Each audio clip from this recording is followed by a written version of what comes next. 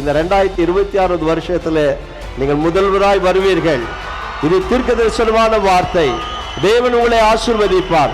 இந்த தமிழகத்துக்கு ஒரு பெரிய காவலாய் அவர் ஒரு காரியத்தை மக்களே உங்களுக்கு சொல்லுகிறேன். அவர் முதல்வர் மாத்திரம் அல்ல, தமிழகத்தை நிரந்தரமாய் ஆள போகிற ஒரு மாபெரும் முதல்வராய். அவருக்கு சின்ன வயது, இன்னும் எத்தனையோ ஆண்டுகளாய் ஆள போகிறார். இந்த 2026 வருஷத்துல நீங்கள் முதல்வராய் வருவீர்கள். இது தீர்க்கதரிசனமான வார்த்தை. தேவன் உங்களை ஆசீர்வதிப்பார். இந்த தமிழகத்துக்கு ஒரு பெரிய காவலாய் அவர் ஒரு காரியத்தை மக்களே உங்களுக்கு சொல்லுகிறேன். அவர் முதல்வர் மாத்திரம் அல்ல, தமிழகத்தை நிரந்தரமாய் ஆள போகிற ஒரு மாபெரும் முதல்வராய். அவருக்கு சின்ன வயது, இன்னும் எத்தனையோ ஆண்டுகளாய் ஆள போகிறார். அதற்கு நாங்கள் கிறிஸ்தவர்களாய் எல்லா கூட்டமைப்பும் வந்திருக்கிறோம்.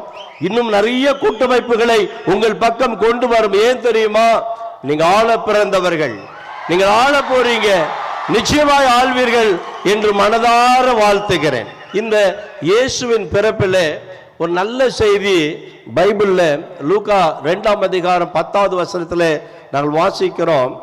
தேவதூதன் வந்து சொல்லுகிறான், இதோ எல்லா ஜனத்திற்கும் மிகுந்த சந்தோஷத்தை உண்டாக்குற ஒரு நல்ல செய்தி.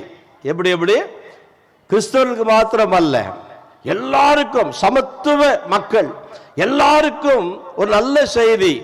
பொதுவாக குடுகுடுப்புக்காரன் வருவான் வீட்டுக்கு, அவர் வந்து சொல்லுவார், நல்ல காலம் பிறகுது. ஆனா அவருக்கே நல்ல காலம் பிறக்கல. ஆனா அவர் சொல்றார், நல்ல காலம் பிறகுது. ஆனால் இன்னைக்கு ஒரு நல்ல சந்தோஷமான செய்தியை சொல்றேன்.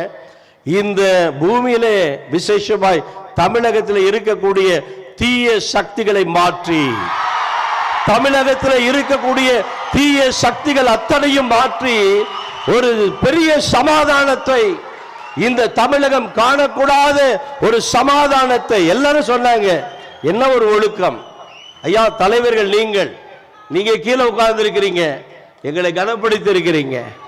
அது ரொம்ப எங்களுக்கெல்லாம் அப்படியே பூரிப்பா இருக்கிறது.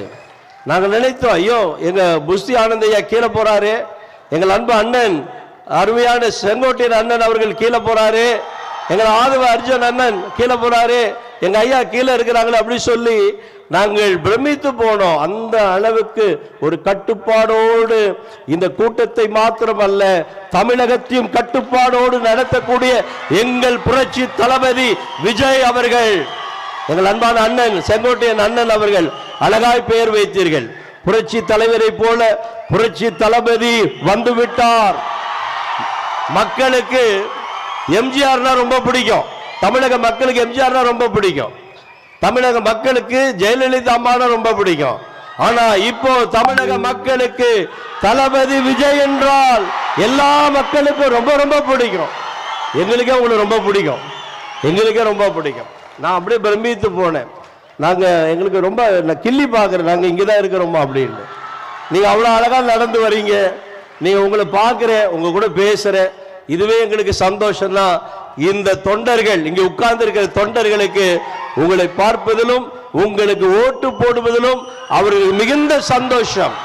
நிச்சயமாய் ஒரு பெரிய மெஜாரிட்டியோடு 200 தொகுதிக்கு மேலான தொகுதியை கைப்பற்றுவீர்கள் என்று சொல்லி எம்பெருமான் ஆண்டவராக இயேசுவின் நாமத்தினாலே எங்கள் தளபதி புரட்சி தளபதி விஜய் அவர்களை வாழ்த்துகிறேன், ஆசீர்வதிக்கிறேன். கர்த்தர் உங்களை ஆசீர்வதிப்பார்.